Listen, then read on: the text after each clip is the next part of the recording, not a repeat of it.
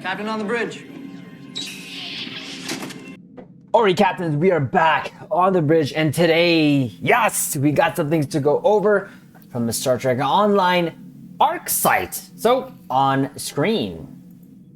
Yes, captains, before we get into this video, do us a huge favor, hit that like button, also subscribe here to the YouTube bridge, as we're always on the lookout for like-minded captains to share our love and passion for, of course, things Star Trek. With that said, here we go. Now, captains, it has been kind of awkward here the past weekish. As you know, most of the updates that we have been following have been from the Star Trek Online Twitter feeds, but as of sort of late, it's been kind of a hit and miss. So the last sort of update here on the Twitter feeds, if we go here, was the sort of tabletop RPG that goes on now, which is called Clear Skies Perseverance. And before that, of course, the news that we covered was the bonus marks weekend for the console bridge. But there was patch notes released and it wasn't actually put here. So like I said in the last video, we're gonna have to keep an eye out on the Star Trek Online ARC site for updates. With that said, there is some patch notes for us to go over, and it's going, I know I'm late, but there's one thing that we did go over, but I want to kind of emphasize because it's going to play a very relevant part in the next upcoming videos that we have planned here for this week. So what it is, patch notes here, we'll go over it. Of course, we'll drop our 2 ECs, then at the end, give our conclusion. So again, as of this video, it's being recorded on the 4th, but of course this will be released on the 5th, but regardless, this means that this update has now been pushed through and is live on both bridges. So here we go. First, we'll go in the console notes. Resolved an issue with Klingon Gorn bridge officers so that going forward, new very rare quality buffs will retain that quality when commissioned. Resolved an issue with the Sagan command cruiser so that now correctly caps out at tier 5 starship mastery. Resolved an issue that could cause excessive crowding of cadets on Starfleet. That's hilarious. I've seen that. It's funny. Resolved an issue where the Cation carrier could not equip Cation support frigates. Yeah, it's an issue.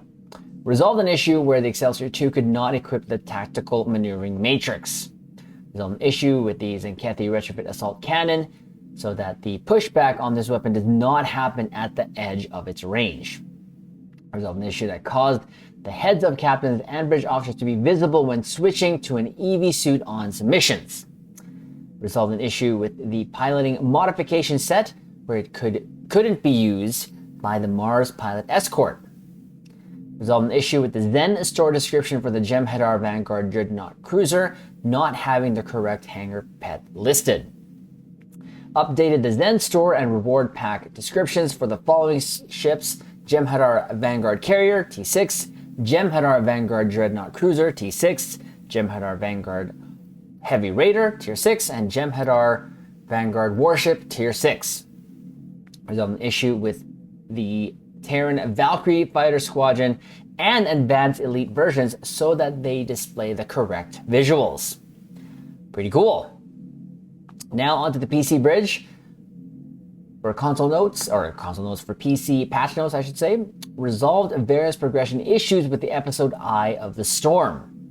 Resolved issue, of course, the same thing there with the tactical matrices that was on console. It has been also fixed on the Excelsior on PC. Resolve an issue that was preventing speed bonuses to targetable torpedoes from applying properly in many cases. Hopefully that's good, because there are some torps that I just think that they should just be fast regardless. And a great example of that is the Kelvin photon torpedoes. I really think that should be the standard speed of all torpedoes, to be honest, but it is what it is. Resolved an issue with the Zenkethi retrofit assault cannon, same thing on PC. Here we go. Now we did go over this already previously, but now it's actually pushed through and it's live. Resolved an issue with concentrated firepower so that it now has separate timers for captain and non-captain triggers. So this is gonna help us, and the reason why is captains, we know as of this video, it's first contact day. This is a video series that I was planning actually last year, but never got to it because we got sick. Now that it's first contact day, I think it's a perfect time to do this video series. And it's gonna be similar to Star Trek Day series videos that we did in terms of just the fun little builds that we did there. So look out for that, captains, or hopefully we're going to start that today, if not today, tomorrow, in terms of just some build ideas that we want to get out there. And of course, just our tribute to First Contact Day. Lastly here, resolved an issue with the cross-field bridge that prevented the correct ambient audio for playing. Didn't even know that was a thing. I don't remember the last time I actually visited the bridge there, so it is what it is. So, captains, that was all. Again, just a quick, short update video here of the patch notes. I don't see anything else here. Now, with that said, we are going to try to keep an eye on this, along still with the Stow Tweeter feeds. And when we put them out there, of course, we're just going to use the website as the source of our news, as we've done here for the past year. So there you go, just a very short video. So do us a very huge favor, captains, like it, also comment below.